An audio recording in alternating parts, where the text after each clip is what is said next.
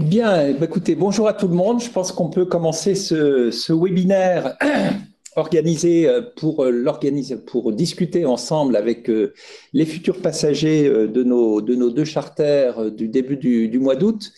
Alors, va le faire à plusieurs voix, puisque c'est vraiment toute une équipe qui travaille ici en Chine à l'organisation de ces deux vols.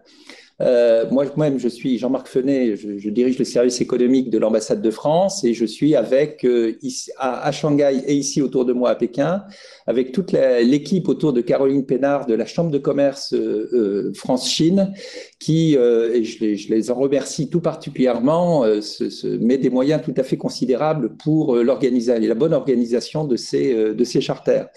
Je n'oublie pas dans la référence également une pensée pour l'aide extrêmement active, j'y reviendrai, de nos amis d'Air France pour l'organisation de ces charters, sans lesquels évidemment tout ça et sans les efforts qu'ils font, tout ça ne pourrait pas avoir lieu. Alors, je voudrais peut-être commencer par faire quelques points de rappel et de contexte qui sont en même temps un petit peu aussi des mesures un petit peu de précaution parce que tout ça est quand même assez mouvant, et notamment en ce moment, la réglementation chinoise, s'agissant des vols, est en train de bouger. Il y a eu, on en parlera un peu tout à l'heure, des informations nouvelles qui sont parues dès cet après-midi, d'ailleurs, de la part de l'ambassade de Chine en France, dont on va vous parler. La bonne nouvelle, c'est qu'elles vont quand même plutôt dans un sens favorable d'assouplissement, mais évidemment, tout ça est encore mouvant, et puis on est dans un système à la chinoise où il peut y avoir disons, des directives qui sont données au niveau central, mais qui mettent toujours un petit peu de temps à arriver jusqu'à la dernière province, jusqu'à la dernière autorité. Et comme vous le savez, vous n'atterrisserez pas à Pékin, mais à Tianjin, qui est une autre province, et avec lesquelles on a des discussions tout à fait particulières. Alors, rappel du contexte, chacun l'a bien en tête, c'est vraiment quelques secondes. On est dans une situation en Chine où la connectivité aérienne est devenue extrêmement problématique. Pour vous donner juste un seul chiffre, jusqu'à la fin de 2019, on avait plus de 100 vols par semaine entre la France et la Chine, que ce soit sous pavillon français ou pavillon chinois. Aujourd'hui, on en a 6. Peut-être un peu d'espoir pour en avoir un petit peu plus. Bon, donc vous voyez quand même l'extrême réduction qu'on a. On est à 6% des capacités que nous avions avant la pandémie, même s'il y a un peu de progrès, ça sera quelques unités. Donc on est dans un univers où évidemment c'est compliqué. Et en plus, sur ces 6 vols que nous avons aujourd'hui de façon hebdomadaire, depuis pas mal de temps, nous avons des annulations régulières qui tombent, et certains ont peut-être déjà vécu, de la part des autorités chinoises, avec un mécanisme qui s'appelle en bon français le circuit breaker, et qui fait que quand vous avez parfois une semaine ou 2 semaines après l'arrivée d'un vol précédent, quand les autorités ont décelé des cas positifs, parfois avec d'ailleurs quelques doutes de notre part, eh bien, elle pénalise la compagnie sur les vols suivants et donc annule les vols suivants. Et pour vous donner un exemple, tous les vols réguliers Paris-Tianjin du mois de juillet sont tous annulés, y compris celui du 4 août. Bon. Donc, en ce moment, s'il n'y avait pas les charters du début du mois d'août, nous serions dans un contexte où il n'y aurait plus aucune connectivité aérienne dans le sens Paris-Tianjin. C'est moins compliqué dans l'autre sens parce que la pénalisation, elle est toujours dans le sens France-Chine, l'arrivée en Chine, elle ne vaut pas dans l'autre sens Chine-France, mais vous voyez qu'on est quand même dans un contexte qui reste quand même un contexte extrêmement restrictif. Et puis, la conséquence évidemment de tout ça, et chacun le vérifie parfois de façon un peu douloureuse, c'est qu'évidemment les prix ont explosé des billets entre la France et la Chine parce que tout simplement le trafic international a repris sur la terre entière partout et qu'on est toujours dans un système de raréfaction extrêmement fort entre la France et la Chine et que c'est une loi économique assez classique que de dire que ce qui est rare est cher et qu'évidemment les avions sont pleins et les billets s'envolent. Alors, c'est dans ce contexte-là que, avec nos amis de la Chambre et donc l'ambassade et nos amis d'Air France, On avait commencé l'année dernière à faire un premier charter, certains s'en rappellent peut-être, à la fin du mois d'août, début du mois de septembre, entre Paris et Tianjin, qui a fonctionné sur une capacité qui était un petit peu plus limitée. Je crois qu'on avait à peu près un peu plus de 200 passagers. Cette année, compte tenu de la forte demande, compte tenu du fait que je rappelais tout à l'heure qu'une grande partie des vols réguliers sont annulés par les autorités chinoises, eh bien, nous avons décidé collectivement, toutes ces parties prenantes, de monter ces deux charters, donc qui décolleront de Paris les 3 et 10 août prochains, donc arriver en Chine les 4 et 11 août prochains, arriver à Tianjin, et donc quarantaine à Tianjin. Et ces vols connaissent un grand succès puisqu'ils sont pleins à 100%. On est quasiment sur 380 personnes sur le premier vol et 480 personnes sur le second. Donc on voit combien effectivement la demande est importante et le besoin était important. Ce vol se fait dans des conditions favorables, et là c'est là-dessus que je veux rendre hommage aussi à nos amis d'Air France, sur un tarif qui est en classe économique de 1 500 €. Alors certes, si on se rappelle ce qu'étaient les tarifs il y a encore quelques années, tout ça peut sembler élevé, mais quand on compare à ce que sont les tarifs aujourd'hui qui prévalent entre la France et la Chine, on voit que c'est un tarif quand même tout à fait favorable, à l'évidence vis-à-vis des vols réguliers, et je dirais même par rapport à nos amis et compétiteurs et des autres pays qui, notamment nos amis allemands, ont monté des charters de façon aussi un peu plus régulière, mais à des tarifs qui sont plus du double de cela. Donc, c'est dans ce contexte que je voulais quand même rappeler quelques points pour tout le monde, parce qu'on a vu beaucoup de questions, et je pense que c'est en cela que ce webinaire est très utile. On a 190 questions, donc on voit qu'il y a un vrai besoin. On va essayer de les traiter dans ce propos liminaire le plus largement possible. Ce rappel qui me paraît important, c'est d'abord de dire que c'est un vol charter. Ce n'est donc pas un vol régulier. Un vol charter, ça veut dire qu'il est quand même affrété par Air France sur un avion Air France, donc il remplit toutes les conditions de sécurité, de qualité, etc. d'Air France. On n'a pas été prendre le dernier charter low cost, etc. Donc c'est du Air France, mais ce n'est pas un vol régulier, c'est un vol charter. Et donc ça emporte des conséquences. On a vu par exemple, il y avait des questions qui disaient est-ce que ça compte sur SkyTeam, etc. Ben non, c'est un vol charter qui a effectivement qui a une qualification de charter. Comment dire, dans cette qualification, on ne peut pas s'attendre à avoir effectivement tout ce qu'on pourrait attendre d'un vol régulier. S'ils volaient, le problème c'est qu'en ce moment, ils ont un petit peu de mal à voler.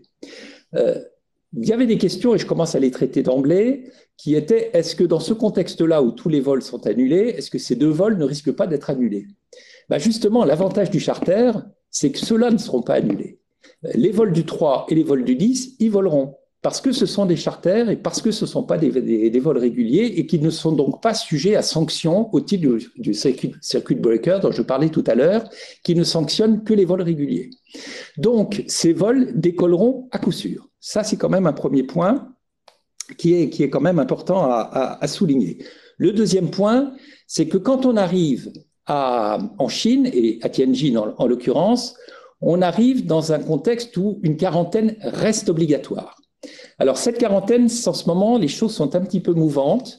Il y a encore quelques jours, on était toujours sur 2 semaines de quarantaine. On a, semble-t-il, quelques petites ouvertures qui restent à confirmer dans les prochains jours ou les prochaines semaines, qui iraient peut-être vers un raccourcissement de cette quarantaine. On nous parle de 7 jours plus 3, enfin peut-être 10, enfin des choses qui auront besoin d'être un peu affinées. En tout cas, c'est une quarantaine.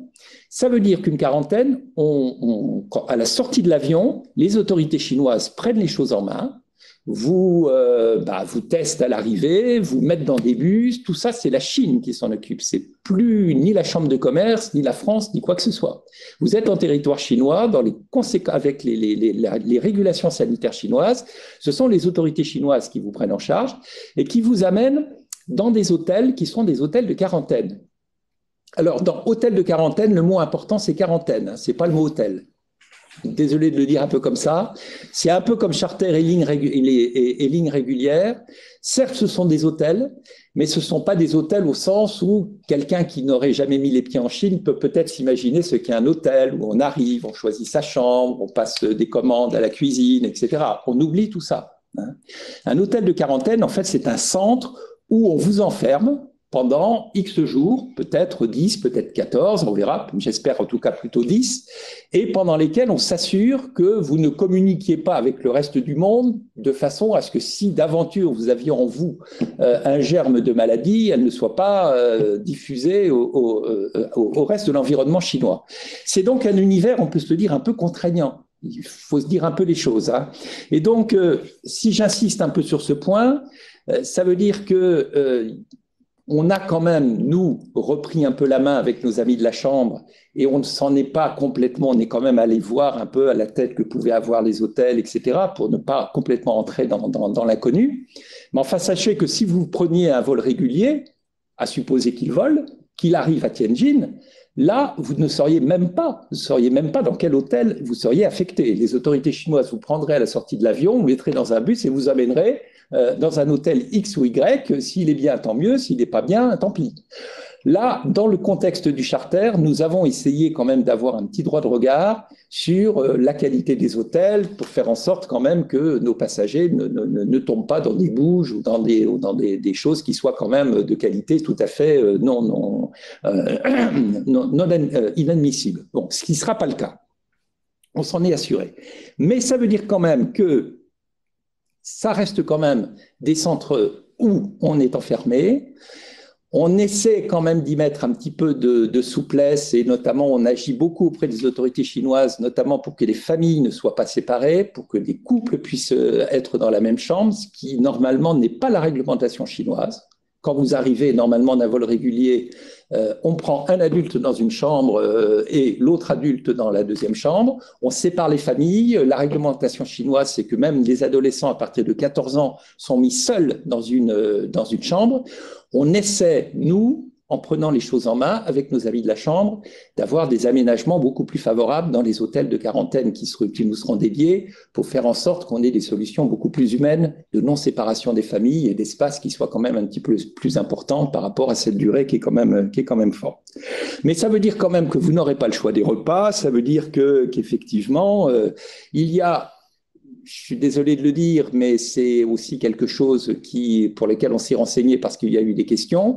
Les autorités chinoises refusent absolument tout animal domestique. Donc sachez-le, on ne peut pas venir en quarantaine, on ne peut pas venir, et ça serait d'ailleurs la même chose sur un autre type de vol, avec un animal domestique qui ne peut pas être mis dans l'hôtel de quarantaine. Il y a des solutions très onéreuses qui existent par ailleurs avec des sociétés qui font voyager, si j'ose dire, les animaux quasiment par vols spéciaux, en soute, etc., avec des conditions de quarantaine tout à fait ad hoc. Donc je ne veux pas dire qu'il n'y a aucune possibilité, mais il ne peut pas y avoir un animal d'accompagnement dans ce contexte-là. Alors, je termine un petit peu ce premier point de contexte, si j'ose dire, en disant qu'on est encore en situation un petit peu d'incertitude, que les choses sont mouvantes, elles ont l'air plutôt d'aller dans le sens de l'assouplissement. On y reviendra un peu dans le détail, ensuite séquence par séquence. Derrière ça, on va regarder comment ça se passe commercialement. Ensuite, on regardera comment ça se passe avant l'embarquement, pendant le vol, à la sortie, les chambres d'hôtel. On va essayer de faire une séquence qui soit une séquence chronologique. Mais moi, je voulais quand même un petit peu insister dès le départ, comment dire, pour solliciter d'avance, au nom de toute l'équipe, un petit peu d'indulgence. Ce n'est pas un vol classique au sens où vous faites un Paris-New York. Voilà, vous prenez un vol régulier, vous embarquez à Roissy, vous débarquez à New York, vous allez dans un hôtel à New York, vous oubliez ça. Ici, c'est un charter qui bénéficie de certains avantages, le premier d'entre eux étant de ne pas être annulé et donc d'exister, d'être moins cher que les tarifs des vols commerciaux, et qui se termine par une séquence de quarantaine pendant laquelle c'est la loi chinoise qui s'applique et vous êtes pris en charge par les autorités chinoises. Donc, il y aura forcément, on peut se le dire, quelques désagréments ici ou là, on va essayer de les minimiser au maximum. mais ces désagréments, à commencer par celui de l'enfermement, tout simplement, hein, ils existeront. Et sachez, avant, je le dis, mais en toute gentillesse et en toute humilité, avant d'en rendre responsable un tel ou un tel dans l'équipe d'organisation, de dire que c'est la réglementation chinoise qui veut qu'on vole par charter pour pouvoir arriver et qu'on est mis en quarantaine en arrivant. Voilà, moi sur ce préliminaire, pardon d'avoir été un petit peu long, mais je pense que c'était important de poser un petit peu les choses. Ce que je vous propose, c'est qu'on ait une séquence, comme je le disais, un peu chronologique. Qu'est-ce qui se passe d'ores et déjà sur les conditions pré-embarquement, c'est-à-dire les conditions commerciales? Là, je vais donner la parole à nos amis de la Chambre. Je reprendrai la parole ensuite pour dire quelles sont les formalités administratives avant le décollage, notamment, et qui ne sont pas simples quand même, auprès de l'ambassade de Chine à Paris, avant de pouvoir accéder à l'avion. Ensuite, le vol, normalement, il devrait bien se passer, hein, il n'y a pas de sujet. Et nos amis de la Chambre reprendront la main peut-être pour parler de la situation à l'atterrissage et des hôtels de quarantaine que nous sommes allés voir d'ailleurs récemment pour essayer d'avoir un peu une idée. Conditions commerciales, Caroline ? Merci Jean-Marc et bonjour à tous. Donc effectivement, vous avez été nombreux à nous envoyer des questions liées aux conditions commerciales. Pour vous donner une idée, le projet pour ces charters a débuté en début d'année. Ce projet repose aussi sur un modèle financier solidaire qui nous permet de proposer des billets, comme le disait Jean-Marc, en classe économique à 1 500 € et par conséquent, une fois que les passagers ont réservé, payé, nous pouvons payer l'intégralité de l'avion afin de sécuriser l'opération et les billets sont alors émis. La liste complète des passagers est envoyée à Tianjin, à l'ambassade de Chine en France, pour nous assurer que les autorités ont bien toutes les informations pour la fameuse délivrance des QR codes verts et une fois les tests effectivement effectués en France avant votre départ. C'est pourquoi ces billets, contrairement à des vols commerciaux, ne sont pas échangeables, ni remboursables ou transférables, comme vous l'avions mentionné dès le début de l'opération. Malheureusement, ces conditions ne dépendent pas de nous et y déroger remettrait en question ce projet dans son ensemble. Vous avez aussi dû commencer à recevoir vos billets, notamment les passagers du 3 août. Et pour ceux qui ne les ont pas encore reçus, vous les recevrez au plus tard avant la fin de la semaine, notamment pour les passagers du 10. Concernant vos questions sur le vol, nous avons pu obtenir des conditions plus avantageuses que sur les vols commerciaux, notamment en termes de bagages pour l'ensemble des passagers. Je les rappelle, donc 2 bagages de 23 kg en économie par personne, 4 bagages en premium éco et en business. Ces bagages supplémentaires vous permettront, si vous le souhaitez, de préparer au mieux votre quarantaine en ramenant de la nourriture et en tout cas, c'est le conseil que l'on vous donne. Pour les valises cabines, ce sont les mêmes conditions que sur un vol commercial et vous avez aussi le droit à un sac à main, un sac, etc. Concernant l'horaire d'embarquement, on vous conseille vraiment d'arriver plus tôt car l'enregistrement prend beaucoup plus de temps que par le passé. Mais bien sûr, pour toutes ces informations, on vous tiendra informé. Enfin, nous allons également créer des groupes chat officiels pour les 2 vols avec l'ensemble des passagers et nous vous enverrons les QR codes de ces 2 groupes chat cette semaine. Voilà. Jean-Marc, je te laisse répondre concernant les procédures de test avant le départ. Je repasse la main. Voilà, alors cette fois, c'est avant de pouvoir embarquer et donc essentiellement, ça va être la relation avec les ambassades de Chine.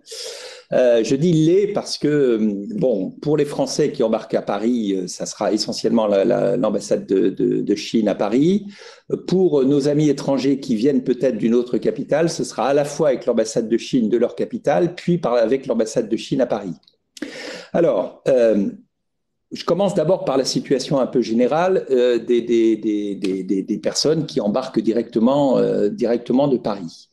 Là, la situation s'est un petit peu assouplie par rapport à ce qu'elle était l'année dernière quand on a monté le charter de 2021, où les choses étaient quand même extrêmement rigides. Il y avait d'abord des tests plus nombreux à faire. Il y avait le test PCR, alors là je vais y revenir, classique, etc. Mais il y avait également un test sérologique. C'est sérologique pour ceux qui ne sont pas médecins, parce que je ne suis pas non plus, c'est une prise de sang, hein, tout simplement, c'est pour avoir votre niveau d'anticorps. Bon, ce deuxième test sérologique n'existe plus cette année, ce qui est quand même déjà une grande chose. Le deuxième sujet qu'on avait l'année dernière, c'est que les autorités chinoises qui testaient un peu le système des charters, que ce soit avec l'ambassade d'Allemagne ou l'ambassade de France, on est à peu près les seuls à monter ce type de charter, avaient l'année dernière mis des conditions plus rigoureuses de tests et de vérification pour les passagers des charters que pour les vols réguliers. Nous avons obtenu, à force de négociations diplomatiques, faut quand même savoir pour les uns et pour les autres que ce sujet de la sécurisation des charters, c'est quand même un sujet qui est abordé au téléphone entre le président Macron et le président Xi Jinping. Hein. Tout ça pour vous dire quand même que c'est quand même des choses qui sont discutées quand même à très haut niveau, et ça va être encore un sujet entre nos deux ministres des Affaires étrangères. Donc cette sécurisation, elle est quand même portée politiquement de façon extrêmement importante. Donc, on aura cette année des conditions charter qui sont strictement alignées sur les conditions de vol commercial et qui ne seront pas plus dures que celles des vols commerciaux, ce qui est donc plutôt un progrès par rapport à ce qu'était la situation de l'année dernière. Alors, quand vous partez de Paris, les règles qui prévalent aujourd'hui et qui ont été rendues, d'ailleurs, l'ambassade de Chine à Paris a actualisé son site de cet après-midi, donc voilà, enfin cet après-midi en Chine, donc ce matin en France. On vous enverra d'ailleurs en push dès qu'on aura la possibilité de le faire, ces nouvelles règles. Elles seront en français, c'est assez clair. Elle suppose désormais de faire des formalités parce que vous aurez besoin de 2 QR codes pour pouvoir embarquer. Le premier QR code, pardon du sigle, il s'appelle le QR code HDC. Ne me demandez pas ce que ça veut dire, c'est celui qui est délivré par l'ambassade de Chine au final à Paris et qui vous donnera le code vert. Et vert, c'est ce qui vous permettra d'embarquer. Si vous n'avez pas le code vert, vous ne pouvez pas embarquer. Quand vous enverrez à l'ambassade de Chine, après avoir rempli en ligne tout ce qui est demandé, vous aurez un code orange qui est simplement que votre dossier est en attente. Et dès qu'il passe vert, tout ça est bon et vous pouvez embarquer. Donc ça, c'est le premier code ambassade de Chine. Je vais y revenir tout de suite. Et puis, vous avez un deuxième code à obtenir qui est celui des douanes chinoises. Et c'est donc à nouveau une nouvelle application à télécharger, à remplir, etc. Souvent, ça se fait à l'aéroport même, à Roissy. Et là, un des sujets de discussion que nous avons à l'heure actuelle, c'est de voir avec la compagnie, peut-être avec d'autres personnes, d'avoir un peu de personnel d'assistance, parce que c'est un peu compliqué parfois de remplir au dernier moment dans le stress cette application douane. Une fois qu'on a déjà rempli l'application ambassade et on pense qu'on en a fini avec les formalités, ben non, il reste encore l'application douane. Bon. Tout ça est sur une application chinoise bien connue. Tous ceux qui connaissent la Chine et tous ceux qui vont la connaître ne pourront pas vivre sans, qui s'appelle WeChat, que je recommande très, très fortement d'avoir sur votre téléphone. Enfin, vous ne pouvez pas vivre en Chine, pour faire simple, sans l'application WeChat. Donc, d'ailleurs, les groupes en ligne, etc., tout ça, évidemment, passe par WeChat. C'est une application qui vous permet de faire tout ce que fait une application, qui vous permet en plus de communiquer, qui vous permet en plus de payer, qui vous permet en plus de faire des tas de choses. Donc, si je reviens sur le premier code HDC à obtenir. Pour cela, et c'est pour ça que nous avions dit qu'il fallait quand même être à Paris avant le décollage, un peu de temps avant. Il faut que vous fassiez, enfin à Paris ou ailleurs, il faut que vous fassiez 2 tests PCR dans l'espace de 48 heures qui précèdent le décollage. Un premier test 48 heures avant, le deuxième test moins de 24 heures avant le décollage. Ce sont 2 tests PCR, hein, donc des tests, voilà, nez, gorge, enfin bon... Plutôt gorge en Chine et plutôt nez en France, hein, comme vous le savez. Bon. Mais en tout cas, ce ne sont plus des tests sérologiques. Alors, il semblerait, si c'est confirmé, c'est une excellente nouvelle. Jusqu'à l'année dernière, que ce soit pour les vols réguliers ou pour les charters, l'ambassade de Chine ne reconnaissait que quelques laboratoires agréés auprès desquels il fallait s'inscrire. Et il y en avait par exemple que 3 à Paris. et c'était extrêmement compliqué pour en avoir en province. Et donc, il fallait faire la queue. En plus, il fallait vraiment prendre des rendez-vous. Quand on a 380 ou 480 passagers, ça bouchonne quand même dans les 24 heures restantes. Si on avait eu cette situation, ça aurait été problématique. Et puis, je ne vous cache pas que certains laboratoires en profitaient un peu. J'en connais un qui facturait quand même les tests à 190 €, hein, quand même, rien pour vous le dire. Bon. Il semblerait que désormais, on puisse faire ces tests dans tout laboratoire agréé par la France et qui figure sur le site santé.fr. Alors, il faut aller voir santé.fr, la liste des laboratoires, et on peut faire ces tests 48 heures et 24 heures avant dans ces laboratoires, ce qui veut dire qu'au moins celui de 48 heures avant, on n'est pas obligé de le faire à Paris, on peut le faire par exemple dans une ville de province. En revanche, je recommande fortement celui de moins de 24 heures de le faire, qui sera probablement le jour même du départ, de le faire à Paris, celui-là, parce que compte tenu des formalités, je pense que c'est bien d'être le matin même quand même à Paris avant le décollage, quand bien même l'avion décollera à 22 heures et des poussières, je pense qu'il faut être quand même à Paris plutôt le matin.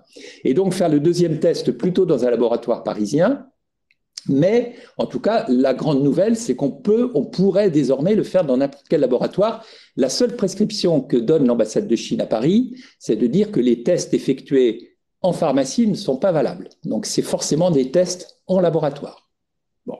Donc ça, ce point est important.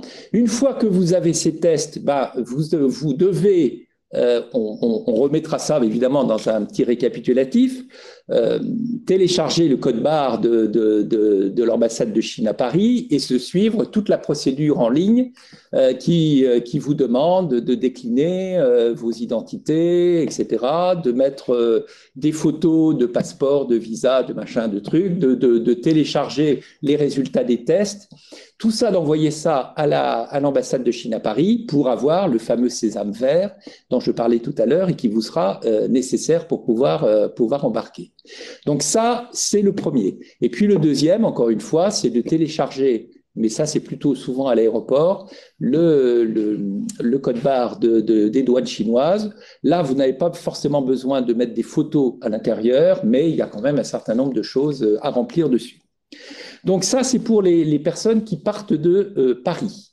Je sais qu'on a eu beaucoup de questions également de futurs passagers venant d'autres pays que la France et donc qui viennent à Paris prendre les charters, mais qui viennent de Madrid, de Bruxelles, peut-être d'autres pays. Alors, il y avait des questions parce qu'à juste titre, les ambassades de Chine dans ces différents pays avaient parfois des prescriptions contradictoires. Certaines disaient à leurs nationaux, ou en tout cas dans leur pays de résidence, « Ouh là là, vous n'avez pas le droit de prendre un vol indirect si désormais il y a un vol direct entre la capitale et la Chine. » Bon, il n'y en avait pas jusqu'à une période récente. La Chine est en train de faire des offres à l'heure actuelle et donc des vols directs sont en train de se faire entre Bruxelles, la Chine, entre Madrid et la Chine, etc. Il était donc important que l'ambassade de Chine à Paris, et elle vient de le faire, précise bien que les vols en transit sont autorisés. Ils sont autorisés, donc il est possible effectivement de venir à Paris quand on n'est pas français et de prendre le charter. Il y a néanmoins une condition qui n'est quand même pas neutre, c'est que ces passagers-là, imaginons quelqu'un qui vienne de Madrid, ils doivent néanmoins faire des tests et suivre la procédure auprès de l'ambassade de Chine à Madrid avant de partir et la refaire ensuite en arrivant à Paris. Donc, c'est plus lourd. Mais pour l'instant, en tout cas, c'est bien précisé. Il faut la faire 2 fois. C'était d'ailleurs le cas déjà pour le charter l'année dernière. C'est la situation qui prévaut aussi auprès de nos collègues allemands qui ont, par exemple, eu des passagers italiens et qui ont fait leurs tests à Rome et qui ont dû les refaire à Francfort. Bon. Donc ça, évidemment, c'est aussi pour ça que nous avons mis cette règle qui a pu sembler parfois un peu contraignante à chacun, consistant à dire il vaut mieux être 72 heures à Paris, avant le décollage. Vous comprenez mieux, hein, c'est qu'il faut avoir fait, en quelque sorte, régler ces problèmes à Madrid ou dans une autre capitale avant de partir, mais il faut refaire les tests ensuite, parce que, voyant un passeport étranger, l'ambassade de Chine à Paris demandera à vérifier les tests qui ont été faits dans la ville de départ. Bon, donc ce point, il est quand même plus clair, il est quand même important. Par rapport à des questions qui ont été posées, on fait des tests PCR. Il n'est pas obligatoire d'être vacciné. C'est d'ailleurs d'une certaine façon un peu le paradoxe de l'affaire. C'est vrai qu'on aurait pu imaginer qu'étant vacciné, on n'avait pas besoin de refaire tout ça. Non, que vous soyez vacciné ou que vous ne soyez pas vacciné, d'ailleurs que vous soyez vacciné occidental ou vacciné chinois, c'est pareil. Enfin, c'est pas pareil au sens où vous êtes mieux protégé si vous êtes vacciné par un vaccin Pfizer et Moderna que si vous êtes vacciné par un vaccin chinois. Mais tout ça n'entre pas en ligne de compte. D'ailleurs, les vaccins ARN ne sont pas reconnus par la Chine et ne peuvent pas être délivrés à l'intérieur du pays, comme vous le savez. Bon. Donc, vacciné, pas vacciné, ça n'est pas important. Il faut faire ces procédures et ces tests, y compris pour les enfants qui vous accompagnent. Une question disant, mon fils a 6 ans, est-ce qu'il doit faire ses tests? Oui, il doit faire ses tests. Ils seront demandés de la même façon par l'ambassade de Chine à Paris. Voilà, je vérifie que j'ai à peu près tout balayé. Et c'est quand vous avez ce double sésame, si j'ose dire, du code vert de l'ambassade de Chine à Paris et du code des douanes chinoises, ces deux codes seront vérifiés à l'embarquement à Roissy et c'est au vu de ces deux codes qu'on peut embarquer. Ça a l'air compliqué comme ça et de fait, voilà, c'est des applications. Parfois, bon, on se gratte un peu la tête. Moi, je l'ai fait moi-même, très honnêtement. Ça y est, j'ai vécu ça moi-même l'année dernière. Je suis revenu de France, j'ai atterri à Shanghai, je me suis tapé 2 semaines de quarantaine dans un hôtel qui était quand même pas génial. Bon, c'était un vol régulier et j'ai fait cette procédure avant de partir. C'est vrai qu'on se gratte parfois un peu la tête. Ne faites pas ça au tout dernier moment. Par exemple, on vous demande de prendre en photo votre passeport, de l'intégrer dans l'application. Si le pixel n'est pas suffisant, s'il n'y a pas suffisamment de lumière ou si c'est trop sombre, on vous demandera de faire 2 ou 3 fois la photo. Donc, prenez quand même un peu de temps avant de commencer à remplir tout ça parce que voilà, c'est parfois un petit peu long et un petit peu lourd. Mais en tout cas, c'est une étape obligée. Voilà, Caroline, je te redonne la parole. Ok. Donc, une fois qu'on a fait tout ça, on rentre dans l'avion et on atterrit à Tianjin. Et donc, en atterrissant à Tianjin, donc on a une quarantaine qui commence. Tous les passagers de nos vols charter seront hébergés dans des hôtels de quarantaine choisis et décidés par les autorités chinoises, même si on fait tout pour que ce soit des hôtels qui offrent des conditions favorables. Donc, comme Jean-Marc l'a mentionné au début de notre webinaire, nous faisons notre maximum aussi afin de ne pas séparer les familles pour ceux qui souhaitent rester ensemble. C'est aussi pour des questions financières. Et donc, pour ceux qui voyagent en famille, surtout avec des enfants en bas âge, nous vous avons récemment demandé votre préférence quant à la répartition des chambres.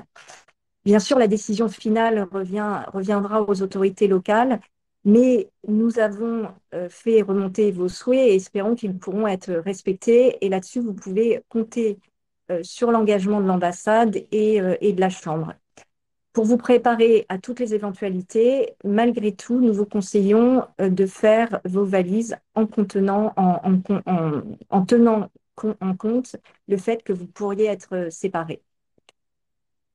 Comme je vous le mentionnais aussi précédemment, nous avons pu obtenir des valises supplémentaires afin que vous puissiez amener de la nourriture. La réglementation en Chine, donc on a eu des questions à ce sujet, permet d'amener des produits alimentaires en conserve, des produits secs. À ce stade, nous pouvons vous dire si les douanes seront moins regardantes à l'arrivée à Tianjin. Concernant les questions sur les commandes et livraisons, selon les informations qui nous ont été données et communiquées par les hôtels, par le Waiban, il serait possible de recevoir des livraisons de produits secs et emballés. Nous vous tiendrons bien sûr informés si nous avons plus de précisions. Donc à ce stade, pas de livraison de McDo ou de pizza.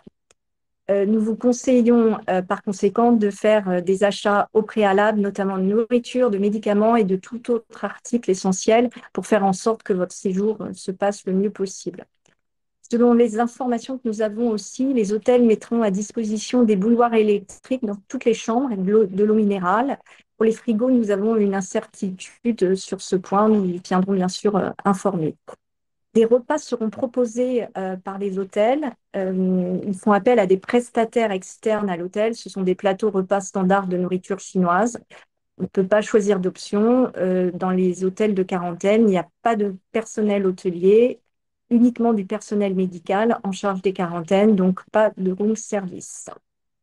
Nous vérifions aussi si nous pouvons choisir de ne pas prendre l'option des repas et que les chambres des hôtels, puisqu'on a eu une question par rapport à ça, seront bien climatisées avec des climatisations individuelles et non centrales. Nous avons aussi eu des questions sur les lits bébés, sur les lits parapluies. Donc malheureusement, à notre connaissance, les hôtels de quarantaine n'en proposent pas. Nous allons contacter à ce sujet les familles concernées.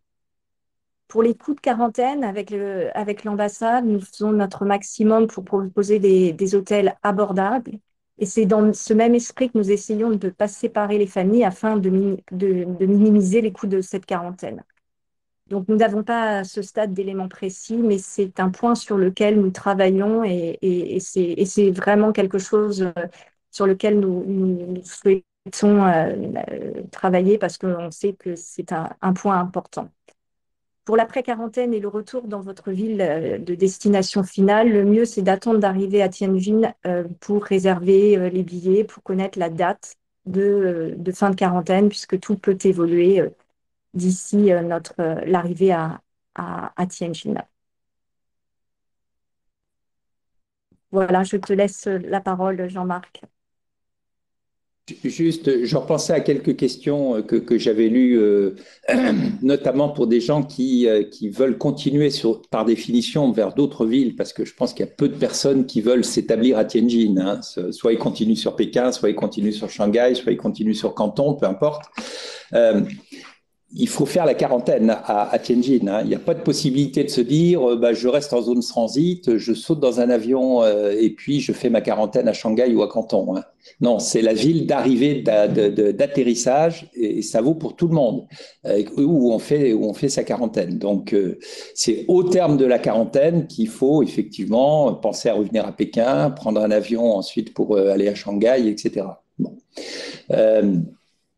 Ça va mieux de ce point de vue-là, mais il fut une époque, il n'y a pas très longtemps, il y a quelques semaines, où même les régions chinoises avaient des politiques différentes entre elles, hein. C'est-à-dire que se faisaient moyennement confiance. Les gens qui venaient de Shanghai, par exemple, avaient mauvaise réputation dans le reste de la Chine parce qu'il y a eu de gros clusters à Shanghai et donc telle ou telle région imposait comme ça, allez, une semaine de plus de quarantaine à l'arrivée dans l'autre région chinoise. Bon, tout ça est en train de disparaître et je pense qu'on n'aura pas ce problème de gens venant de Tianjin, je ne pense pas, auront à... il n'y a pas de risque qu'ils fassent comment dire, de politique locale supplémentaire de quarantaine par rapport à la norme nationale. Voilà. Alors, pour le reste, et pour terminer, avant ensuite peut-être de prendre vos questions, vous l'avez compris, hein, sur ces questions d'hôtel, on regarde ça de très près. On met beaucoup de pression sur les autorités locales de Tianjin. Pour ceux qui connaissent un peu l'organisation administrative chinoise, l'organisme s'appelle le Waiban, qui est un peu une organisation qui traite les affaires étrangères au niveau de la province, avec lesquelles on est en relation, sur lesquelles on fait pression. Comme l'a dit Caroline, en dernier ressort, les affectations et les répartitions dans les chambres, c'est la responsabilité des autorités chinoises. On essaie de donner quand même des critères et des directives pour faire en sorte, par rapport à ce qui se passerait à un vol régulier, pour que les choses soient quand même plus humaines. Encore une fois, qu'on ne sépare pas des enfants jeunes de leurs parents, qu'on ne sépare pas les couples, etc. Mais il faut savoir que c'est de la dérogation, hein, parce que la réglementation chinoise, c'est on arrive, ce qui est la priorité numéro un, c'est d'empêcher la diffusion du virus, donc on sépare l'ado de ses parents, on sépare le mari de la femme, etc. Bon, on essaie d'y mettre un peu plus d'humanité et c'est pour ça qu'on est en relation extrêmement forte avec les autorités de Waiban, qu'on est en train de regarder cette question de la répartition des chambres, de la répartition aussi des critères en fonction de, voilà, il y a des hôtels, c'est pas tous les mêmes. Il y en a qui seront peut-être un peu plus chers et peut-être un petit chouïa plus clair, mais des chambres plus petites. On aura peut-être des hôtels un petit peu plus vieillots, mais beaucoup plus vastes et qui permettront peut-être de ne pas séparer les familles. Il y a des arbitrages qui doivent être effectivement faits. C'est en tout cas des critères qui nous paraissent importants, et notamment la non-séparation des familles nous a paru très très haut dans la liste des priorités qu'on a données auprès des autorités, sur lesquels on continuera à faire pression, qu'on a plutôt envie de retourner voir encore à la fin du mois de juillet pour continuer un peu à leur mettre la pression et faire en sorte que tout le monde soit un peu au taquet quand les avions atterriront. Je ne vous le cache pas que de voir débarquer quasiment presque 900 Français et Européens en l'espace d'une semaine à Tianjin, ça les met dans un émoi tout à fait. Donc il a fallu quand même mettre beaucoup de pression. Mais c'est bien la preuve qu'il y avait un vrai besoin d'avoir de la connectivité supplémentaire. Moi, je voudrais juste terminer avec des questions qui sont revenues à plusieurs reprises, qui étaient, bon, très bien, tout ça, et la suite. Est-ce qu'il y aura d'autres vols de ce type-là, etc. Bon, la réponse est pourquoi pas, mais enfin, pour l'instant, il n'y a rien de décidé.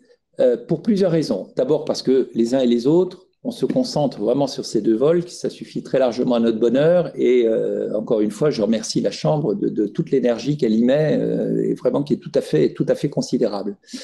Après, c'est vrai qu'il y a une temporalité, une saisonnalité. C'est vrai qu'il y avait un fort besoin, une forte demande au moment des congés, et notamment dans le sens des retours, parce qu'on a quand même beaucoup moins de pression sur les vols réguliers entre la Chine et la France pour les retours. D'abord parce que ces vols ne sont quasiment jamais annulés, ils sont moins chers que les vols retour, et donc le gros besoin, il était plutôt dans le sens France-Chine, parce que c'est là qu'ils sont les plus chers et c'est là qu'ils sont les plus annulés. Et d'ailleurs, il y a une relation entre les deux, évidemment. Bon. Donc, c'est pour ça que c'était vraiment notre priorité. Maintenant, pour la suite, à l'automne, à la fin de l'année, etc., on verra. Est-ce que la Chine nous fait des propositions supplémentaires de vols réguliers en nombre plus important que ce qui existe aujourd'hui? Je vous rappelle, aujourd'hui, c'est 6 par semaine. Bon.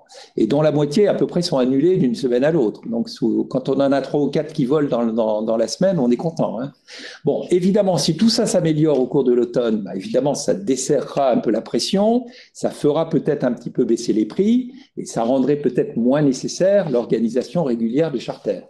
Si ce n'est pas le cas, on n'exclut pas, mais vraiment sans à ce stade, au niveau du concept, de refaire l'opération quelque part au cours de l'automne ou à un moment ou un autre, si on estime qu'il y a un besoin. Mais en tout cas, aucune décision à ce stade n'est prise dans ce sens-là. Voilà ce qu'on voulait vous dire dans un liminaire qui a duré 40 minutes. Hein, désolé, mais ça nous a permis, je crois, de balayer beaucoup de questions.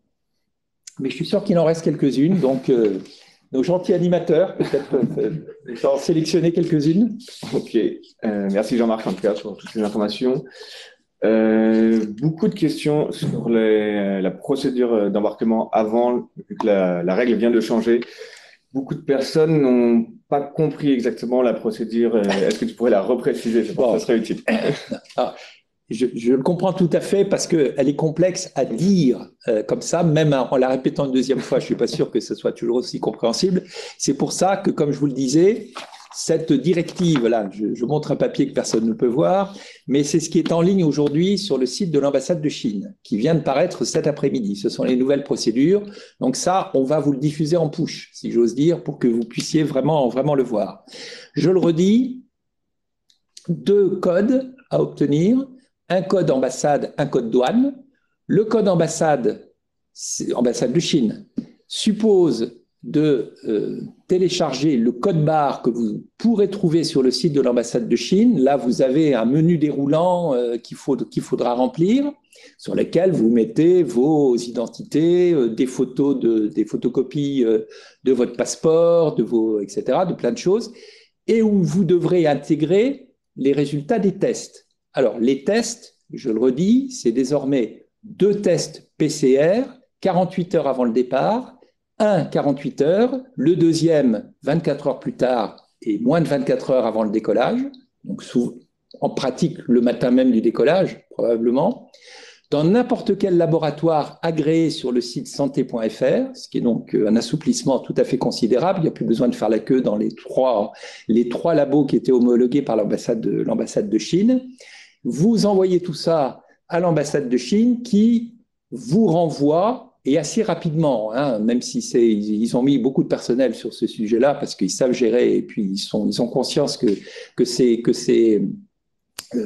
charters, c'est vraiment quelque chose de très important pour nous, qui vous renvoie le fameux code vert qui est donc le sésame pour pouvoir embarquer. Et puis par ailleurs, il y a le code barre des douanes chinoises à télécharger. Là, vous le verrez à Roissy, il faudra le télécharger et puis remplir les documents qui vont bien dessus pour avoir également ce sésame des douanes qui permettent d'embarquer.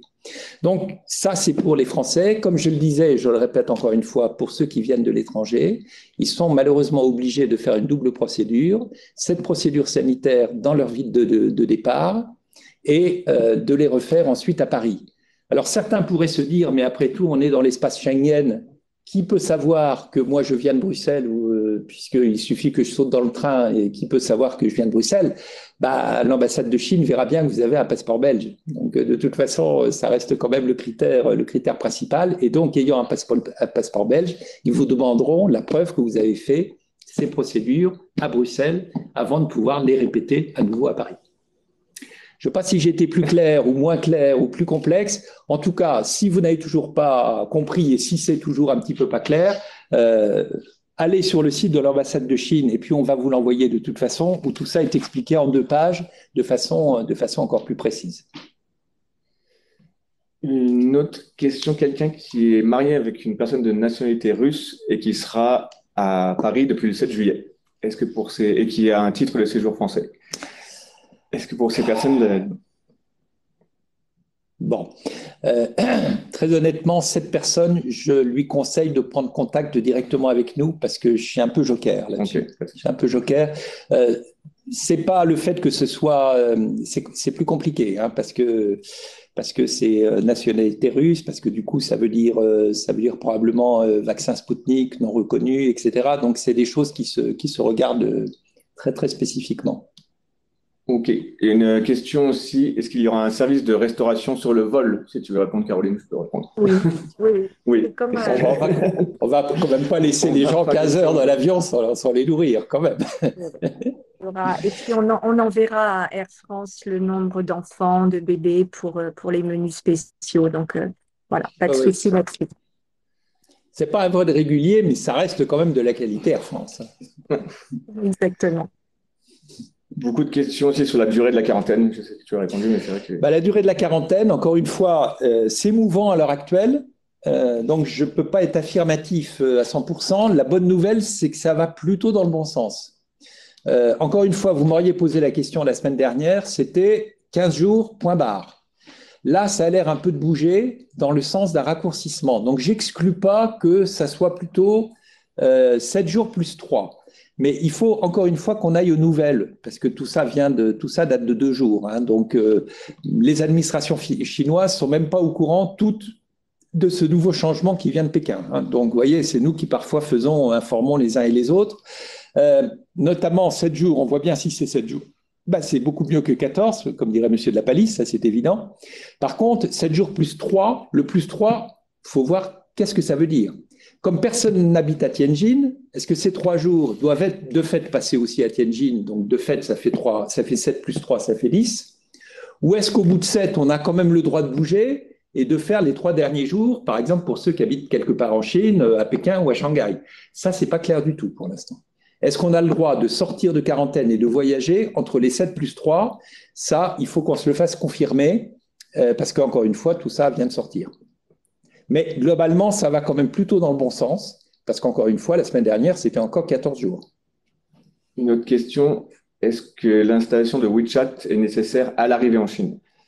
Je dirais, alors de toute façon, oui, à coup sûr.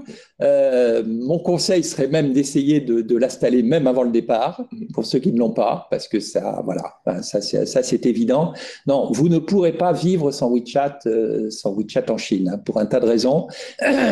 Ça, c'est tout à fait indispensable.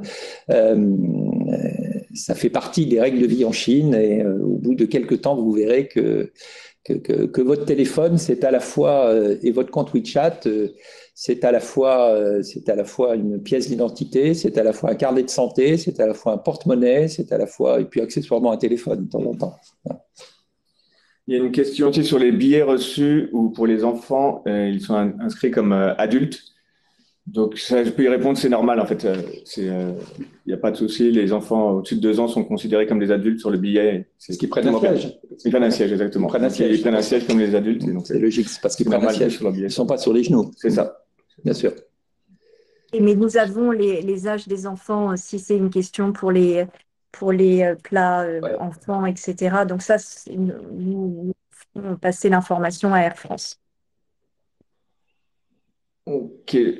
Pour moi, on a balayé à peu près l'ensemble des questions. Je sais pas si oui, on a encore des questions sur les non-séparations un monsieur qui nous dit effectivement que sa femme est enceinte, qu'il n'a pas envie d'être séparé. Bien sûr, on fait vraiment notre possible pour que tout le monde reste ensemble, les familles, les couples, etc. Enfin, vraiment compter sur l'engagement de l'ambassade et de la Chambre sur ce sujet. Et on y travaille vraiment. C'est notre sujet principal en ce moment.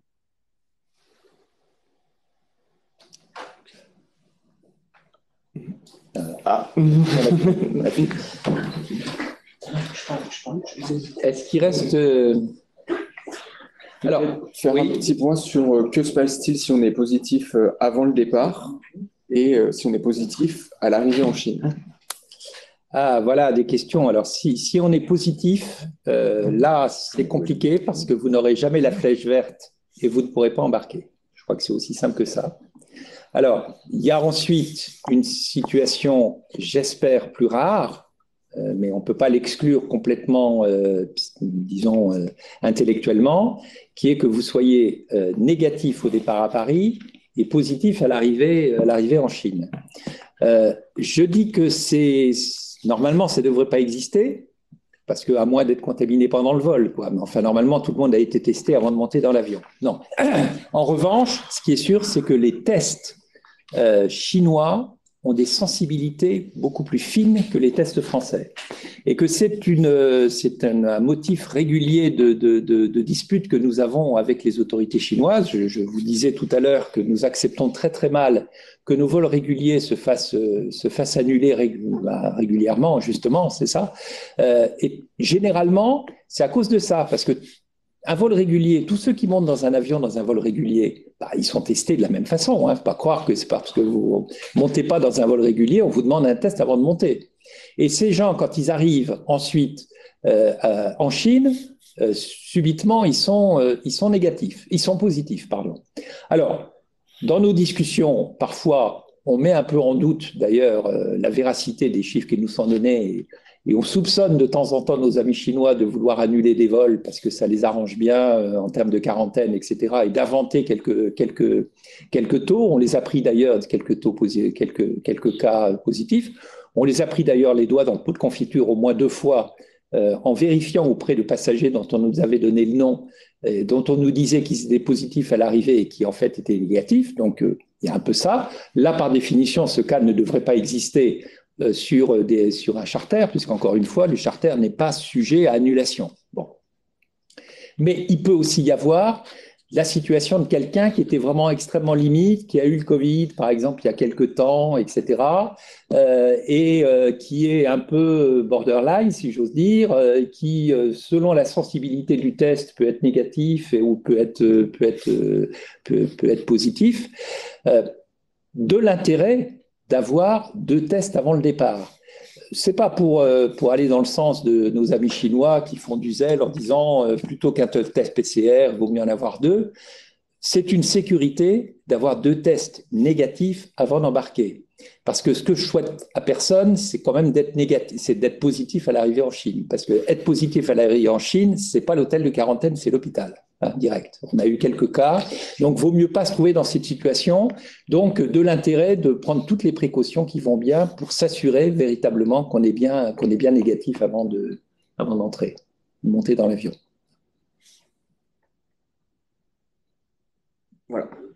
On a fait le tour. Alors, je suis sûr qu'il y a on avait 200 questions, j'espère qu'on en a balayé quand même une grande partie. Par définition, on n'a pas dû traiter toutes. Il y a des situations qui sont des situations probablement extrêmement individuelles. La question à laquelle je faisais référence tout à l'heure en est une, il y en a sans doute d'autres. Là, peut-être, c'est des choses sur lesquelles on devrait avoir peut-être un petit peu plus d'échanges. Ça n'intéresse peut-être pas l'ensemble des passagers. Vous avez bien compris qu'on a essayé de balayer l'ensemble des questions. Vous avez bien compris aussi qu'on est toujours dans une situation mouvante et que j'espère qu'on va plutôt dans le sens de l'assouplissement, mais qu'il reste pour la Chambre et pour nous-mêmes encore beaucoup de travail avant le décollage, beaucoup de travail pour s'assurer que les conditions, notamment d'accueil dans les hôtels de quarantaine, sont exactement à la hauteur de ce qu'on veut, qu'on fait bien passer, on réussit à bien faire passer nos exigences de non-séparation des familles, etc., de qualité, bien évidemment. Et puis, s'il y a du nouveau, et de toute façon, je crois que Caroline y faisait allusion tout à l'heure, il va être très utile, à très brève échéance, de mettre en réseau tous les passagers, effectivement, d'un même vol. Hein. Alors, sur une messagerie sur laquelle vous verrez vous-même, tu me coupes. Sur une messagerie que vous verrez, mais pour qu'on puisse faire passer des messages extrêmement réactifs à l'ensemble des passagers. S'il y a des situations qui évoluent, encore une fois, elles ont plutôt eu tendance à aller dans le bon sens ces derniers jours. Donc, restons un peu sur cette augure et partons du principe que tout va bien se passer et qu'on sera ravis qu'on ait quasiment 900 de nos compatriotes, de nos amis européens qui puissent, grâce à ces 2 charters, accéder au sol chinois au début du mois d'août. En tout cas, un très grand merci. Et puis, si besoin est, on verra si on continue cet exercice sous cette forme ou sous une autre. Mais en toute façon, on restera toujours en contact. Merci beaucoup. Merci Jean-Marc. Merci à tous.